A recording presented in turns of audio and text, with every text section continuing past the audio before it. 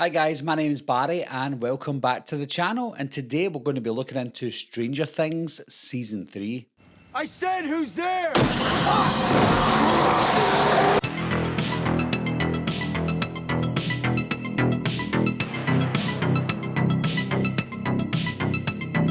Season 3 is set during the summer of 1985. The Starcourt Mall is the new heart of Hawkins. It's flashy, it's vibrant, and it's hiding a deadly secret. The kids are getting older, so there's some love, there's hormones, and there's drifting relationships that start to shake up the group dynamic. While everyone's distracted by fireworks and fun, the Mind Flayer has returned. It's more powerful, more grotesque, and now it's looking for hosts. On top of that, the Russians are operating a secret lab under the mall, trying to open a gate to the upside down. This season's about change, growing up, letting go, and facing your darkest fears. I think this is the first season in Stranger Things that each episode felt like a movie, whereas in season 1 and season 2, as good as they were, they felt like episodes of TV shows. But when they introduced us to season 3, that's when it started to feel more grand, because every episode felt like a movie. It looked like it had the big budget like movies do, even more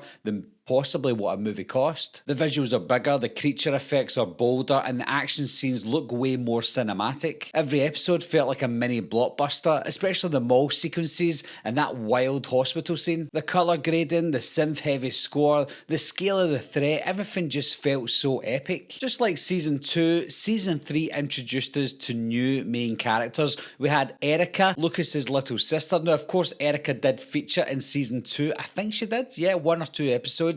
But she wasn't a main character. She wasn't even considered a cameo. But in season 3, not only was she a character, she was one of the main characters, and her expanded role brought a lot of comic relief to the whole season. Of course, Robin, played by Maya Hawke, was the standout new character in the show. There was something about Robin that was just so endearing. We didn't know too much about her. She had a hidden secret that she didn't really want to tell anyone, especially Steve, because she considered Steve one of her best friends, even though she pretended that she didn't like him. And I loved the whole dynamic between Robin and Steve. But Robin as a whole, as a character, she was fantastic. Strangely enough, the standouts of the show for me were Max and Billy, who were new characters for season 2. I think Max had a better story in this one because she was hurt, whereas Billy, I think Billy was possibly the standout of the entire season because he was funny at times. I actually look forward to seeing Billy on screen, but also it explained a lot about Billy's character. We know that we were supposed to hate Billy in season 2, which of course we did, but in this one it explained a lot. Of course, it didn't excuse what he did to Max and other people around, but it gave us an excuse to feel sorry for Billy, see that other side of Billy as well. And ultimately, he sacrificed himself to save Max, and that's the ultimate sacrifice. If we look at the Mind Flayer, I didn't know that we were going to get this kind of physical being of the Mind Flayer. I always thought we were going to get that kind of ghost in the sky type of character, but in this one, it's a manifestation of all these bodies put together. It sort of felt like movies like The Blob and The Thing, only this time it felt more cinematic. The Mind Flayer felt like a real threat. It was this visceral horror that you could be taken at any point. Anyone walking down the street could just be taken away by the Mind Flayer,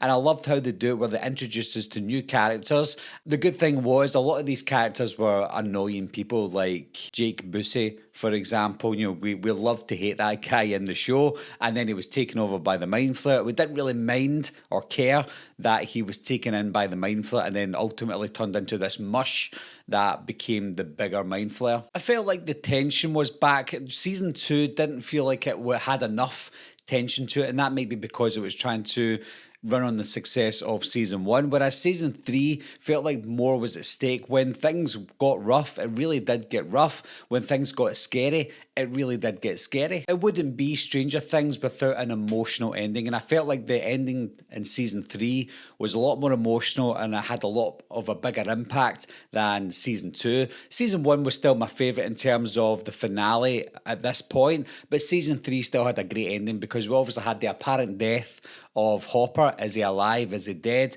At this point, we can only assume that he died. Billy, of course, sacrificing himself for Max was an emotional moment. And then 11 reading Hopper's letter was emotional devastation, for me at least. I think the letter was such a powerful piece of writing because it took us back to Hopper's emotion for his actual daughter Sarah, who passed away. And when 11 was reading it out, you felt every single word. And it almost felt like a really nice ending to Hopper's character. But of course, he didn't die. But at this moment in the show, he died. Now, as much as I enjoyed season 3 a lot more than I did season 2, with every show, it does have its cons. And I think the biggest issue with season 3 was too much comedy. And I think the comedy was forced with Joyce and Hopper. Now, those are serious characters, fantastic characters. Look at the grief that Joyce went through trying to get her son back in season 1. Look at Hopper, had the grief that he had with his actual daughter, trying to move to a new town like Hawkins and just fit in, but not forget his daughter, but try to move on. There was a lot of heavy stuff going on between both characters, and we wanted to see those characters come together.